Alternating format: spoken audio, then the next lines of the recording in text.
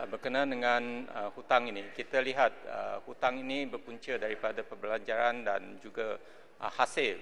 Jadi adakah kerajaan mempertimbangkan untuk windfall tax yang sebelum ini dilakukan untuk industri sawit, dan sekarang walaupun dengan COVID-19 industri-industri tertentu telah dapat keuntungan yang luar biasa seperti glove making industry.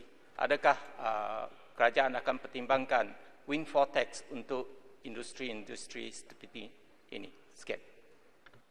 Sudah pasti Yang Berhormat Gopeng, kerajaan bukan sahaja melihat apa yang dinyatakan oleh Yang Berhormat Gopeng sebentar tadi. Saya amat bersetuju pandangan Yang Berhormat Gopeng, tetapi kementerian melihat kesemua option yang ada bagi memastikan satu, peningkatan jumlah hasil negara, yang kedua, mengurangkan keterisan yang berlaku. Untuk makluman Yang Berhormat, pada minggu lepas, pada 12 Ogos, pada minggu yang lepas, Yang Berhormat Menteri dan saya menghadiri satu mesyuarat yang dipanggil Multi Agency Task Force untuk melihat bagaimana keterisan yang berlaku dalam pengedaran rokok haram dan pengedaran arak. Di situlah perkara-perkara yang sedang kita pertimbangkan, dan insya-Allah dalam belanjawan 2021 nanti kita akan maklumkan ke Dewan Yang Mulia ini apakah hasil dan tindakan kerajaan bagi memastikan dan membendung perkara apa yang dibangkitkan oleh Yang Berhormat. Yang Berhormat, saya ada masa 2 minit lebih lagi. Ya, saya nak pergi kepada, saya harap Menteri boleh jawab dengan jelas. Yes or no saja. Adakah dipertimbangkan windfall tax untuk glove counter? Tadi saya dah sebut tadi Yang Berhormat. Yes or no? Yang Berhormat, perkara yes or no ini bukan kerajaan Yang Berhormat. Dia bukan yes. Ini bukan mahkamah yes no yes no. Tak semestinya yang betul untuk Yang Berhormat. Kalau saya sebut no, bukan untuk Yang Berhormat. Yang paling penting Yang Berhormat, kementerian melalui Kementerian Kewangan, kita melihat semua opsi Yang Berhormat. Bukan sahaja Yang Berhormat maklumkan tadi merupakan salah satu langkah untuk kita selesaikan. Itu sebabnya kita mempunyai dasar yang luas dan kita sentiasa melihat apa yang dilakukan oleh pentadbiran yang terdahulu. Yang bagus kita teruskan Yang Berhormat, dan yang tak bagus kita akan lakukan pengubahsuaian. Kenapa yang paling penting rakyat. Saya nak bangkitkan Yang Berhormat. Tidak perlu ada cukai baru ini, sebab kerajaan lepas dah 8 cukai baru dan 3 kenaikan cukai. Dah cukup banyak dah kerajaan lepas membebankan rakyat. Dibuang 1 GST, dia tambah 8 cukai baru dan naikkan 3 cukai. Saya rasa tak perlu lagi cukai lain. Saya, yang paling penting Yang Berhormat, apa sahaja yang kita lakukan Yang Berhormat Pontian, yang paling pentingnya untuk rakyat. Dan saya nak pergi kepada, sebab saya daripada sekolah lagi saya amat suka kepada gaya Yang Berhormat Kota Raja. Itu sebabnya di minit-minit yang terakhir ini saya nak tumpukan isu yang dibangkitkan oleh Yang Berhormat Kota Raja. Yang Berhormat Kota Raja bangkitkan isu tentang kedudukan negara tidak stabil. Itu sebabnya ekonomi kita menurun. Apabila ekonomi kita menurun, sudah pastinya Yang Berhormat Kota Raja hasil negara akan menurun. Saya nak bagi satu indikator kepada Yang Berhormat Kota Raja, seperti mana yang dilaporkan oleh Bursa Malaysia. Untuk maklumat ahli Yang Berhormat Kota Raja, untuk tempoh 9 Mei 2018 sehingga 29 Februari tahun 2020 pasca pilihan umum ke-14, indeks FBM KLCI merudum sebanyak 19.7%, ditutup pada 1482.64 pada 28 Februari tahun 2020 berbanding 1846.51 pada 8 Mei tahun 2018. Pada tempoh yang sama, permodalan pasaran market capital jatuh 15.1% kepada 1.59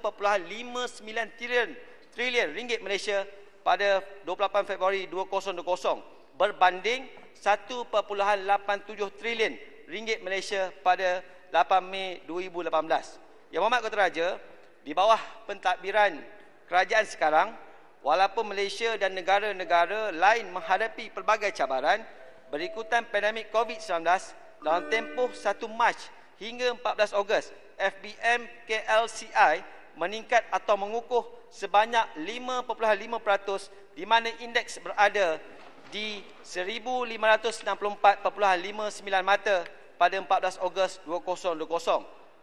Permodalan pasaran Yang Berhormat Kota Raja meningkat 5.0% kepada 1.67 trilion pada 14 Ogos 2020 berbanding 1.59 trilion ringgit Malaysia pada 28 Februari 2020.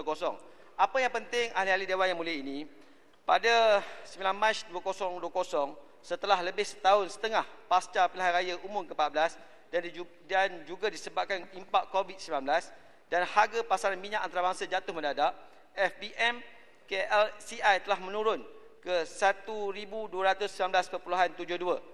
FBM KLCI tidak pernah merudum ke paras serendah ini dalam tempoh 11 tahun pada 19 Mac 2020. Yang Berhormat Timbalan Menteri. Meskipun begitu, Yang Berhormat, keupayaan kerajaan, sekejap, saya bagi simpan renggam. Okey.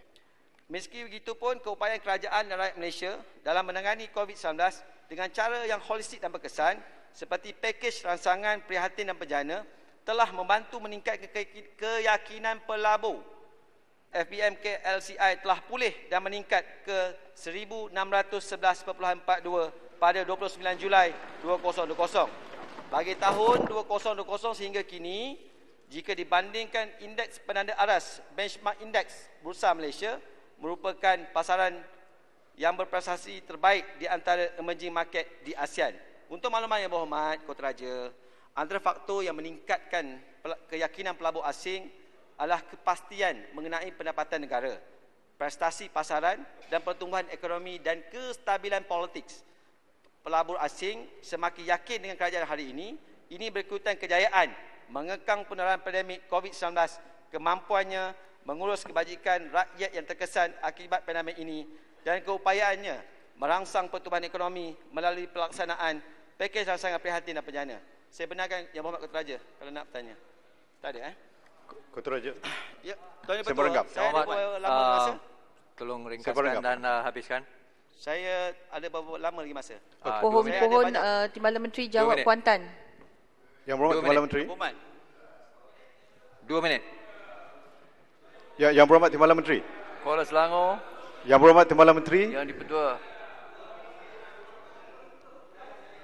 Tak. Mike.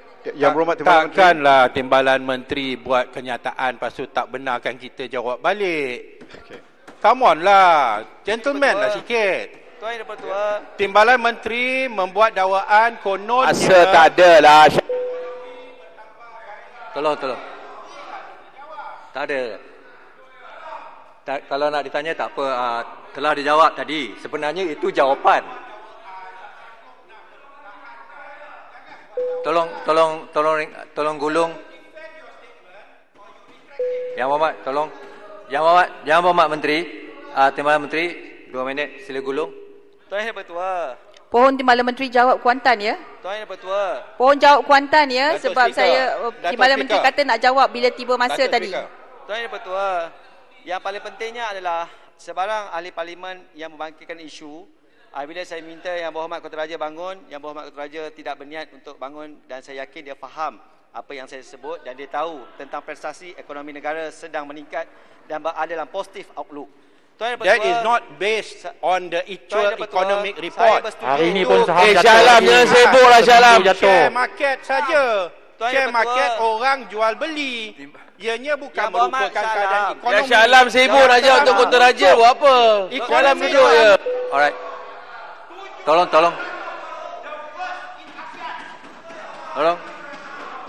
Yang Berhormat Menteri. Saya hairan Yang Berhormat. Yang Berhormat mempunyai pengalaman sebagai ahli politik dalam Dewan Rakyat dan Dewan Yang Mulia ini. Tak bangun lagi. Apa ni Yang Berhormat? Bagilah saya peluang bucak. Tak pasal tuan Yang Berhormat beri tak kita terlibat peluang. langsung pun dalam You perbahasan don't give us Yang Berhormat Syalam tolong. Yang Berhormat Timbalan Menteri, tolong akhirkan pengulungan. Kita nak saya nak ni. Saya nak selesaikan. Ya. Beginilah Yang Berhormat.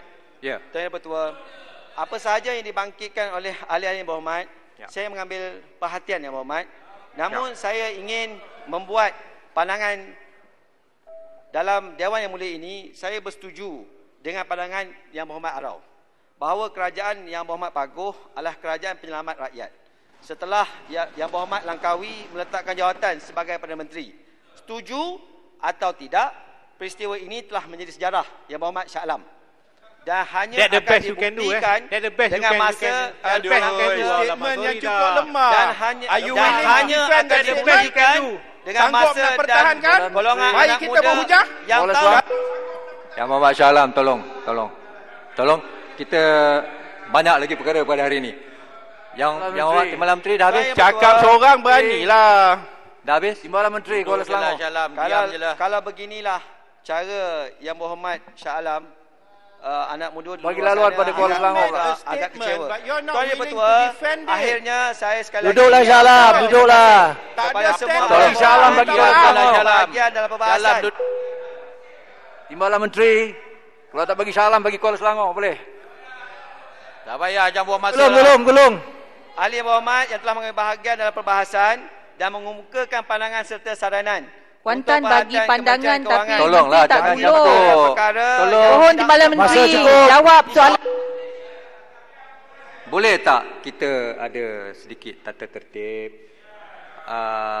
Hari ini rang undang-undang ni amat penting. Lepas ni jawatan kuasa lagi kita akan sampai sehingga lewat malam ni. Jadi kita pun masa tak ada. Tolong akhirkan perbahasan Yang Berhormat Menteri. Tuan Yang Dipertua, terima kasih Tuan Yang Dipertua, terima kasih ahli-ahli Yang Berhormat. Bagi perkara-perkara yang tidak sempat dijawab, insya-Allah saya akan mengumumkan jawapan secara bertulis. Sekian, terima kasih. Terima kasih semua ahli-ahli Yang Berhormat. Sekarang saya kemukakan masalah kepada majlis bagi diputuskan. Masalahnya ialah bahawa rang undang-undang ini dibacakan kali yang kedua sekarang. Ahli-ahli Yang Berhormat yang bersetuju kata bersetuju. Yang tidak bersetuju kata tidak. Setuju? Tidak. Tidak setuju. Minta belah bagi. Belah bagi. Ahli-ahli Yang Berhormat, bangun, cukup ke 15? Oleh sebab Kan tak pandai kira. cukup 15 tu. Oleh sebab lebih Sialam kau nak mundi, mengapa sibuk bising-bising tadi? ahli-ahli Yang Berhormat, oleh sebab lebih daripada 15 orang telah bangun meminta diadakan belah bahagian, maka mengikut Peraturan Mesyuarat 46/4, saya memerintahkan supaya suatu belah bahagian diadakan sekarang. Setiausaha sila bunyikan loceng selama 2 minit.